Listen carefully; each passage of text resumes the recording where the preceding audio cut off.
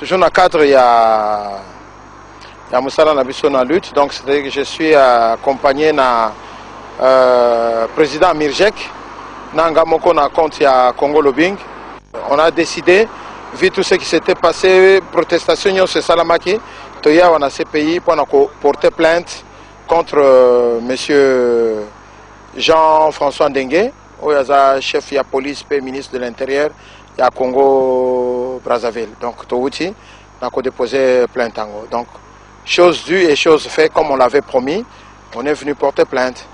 Ah mais vous savez vous-même que cette incitation à la haine a été une déclaration faite que nous avons déposé. D'autres preuves, on ne va pas donner à l'adversaire déjà tous nos matériels et tout ce que nous avons. Mais en tout cas, ce sont de preuves tellement solides que nous avions qu'on a pu déposer. Mais tout le monde le sait qu'il a fait une déclaration qui est passée un peu partout. Nous avons eu des témoignages, même de nos frères de Brazzaville, mais qui sont ici, à l'étranger, à Londres, un peu partout, qui ont soutenu.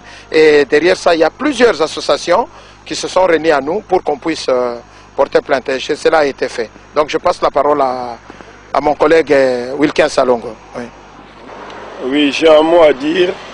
En ce sens-ci que nous sommes venus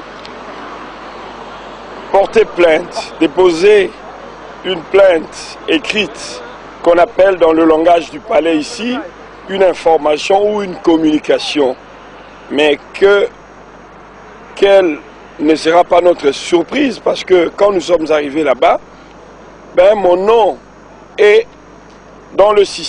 enregistré dans le système informatique de la Cour pénale internationale pour un dossier que j'avais déposé ici en 2008 contre Kunda Batoare. Et la bonne nouvelle, c'est que le bureau du procureur est en train de travailler, est en train de s'y employer en ce qui concerne le dossier de 2008. Mais pour ce dossier présent, le dossier que nous venons de déposer aujourd'hui le 29 août 2013 contre le général Jean-François Ndengue de Brazzaville, du Congo Brazzaville. Donc cette plainte vient d'être actée, ou cette information a été reçue. Et évidemment, nous avons décidé de faire ça parce que il s'agit, n'est-ce pas, d'une violation d'un certain nombre d'articles. Je vais citer l'article 6 en rapport avec le crime de génocide. Évidemment, les Congolais de Kinshasa constituent un groupe national.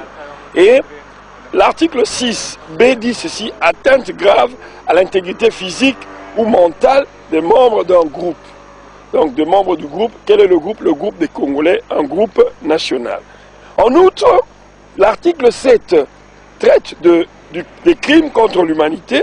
Et nous avons vu qu'il y avait une attaque systématique qui a été déclarée, qu'on devait lancer contre toute population civile en connaissance de cause. Évidemment, nous avons pensé que ça constituait une infraction, ça constituait un crime contre l'humanité.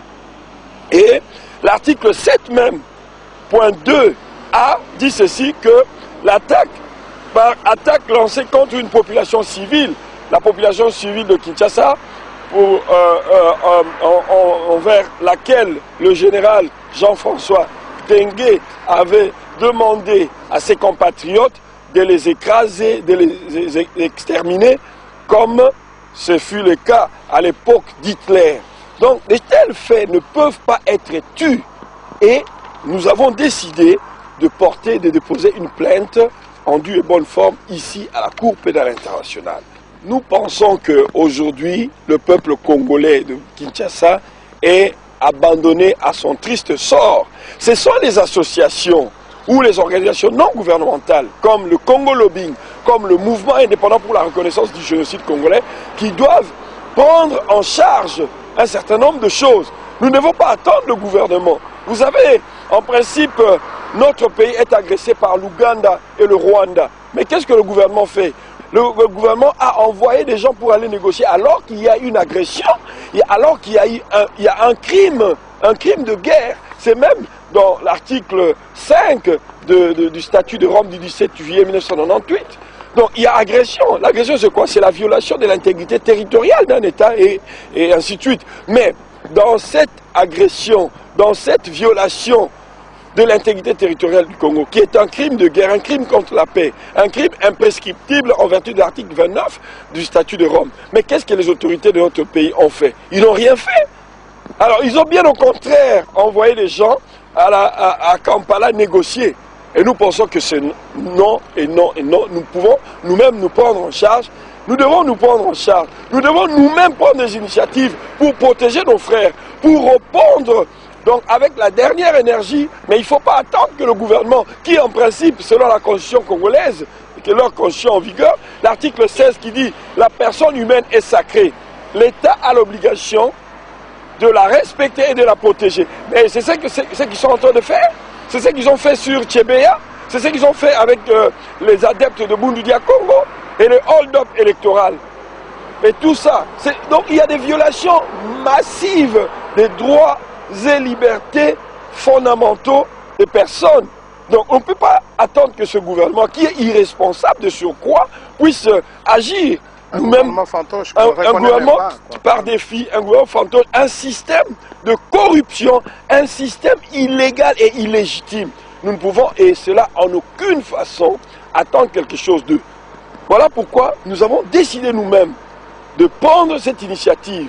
Et nous allons poursuivre cette initiative partout. Nous irons à l'Union européenne, nous irons en France, nous irons partout. Donc nous ne pouvons pas tout dévoiler ici, mais nous allons suivre même le dossier qui vient d'entrer. Nous allons le suivre de manière soutenue et de manière objective afin qu'on puisse y voir clair. Parce que ça ne doit pas continuer comme ça. On ne doit pas continuer à nous malmener. On ne doit pas continuer à violer, à tuer des Congolais. Ça, des Congolais ex-zaïrois. Non, ça, non, non. Et nous disons non.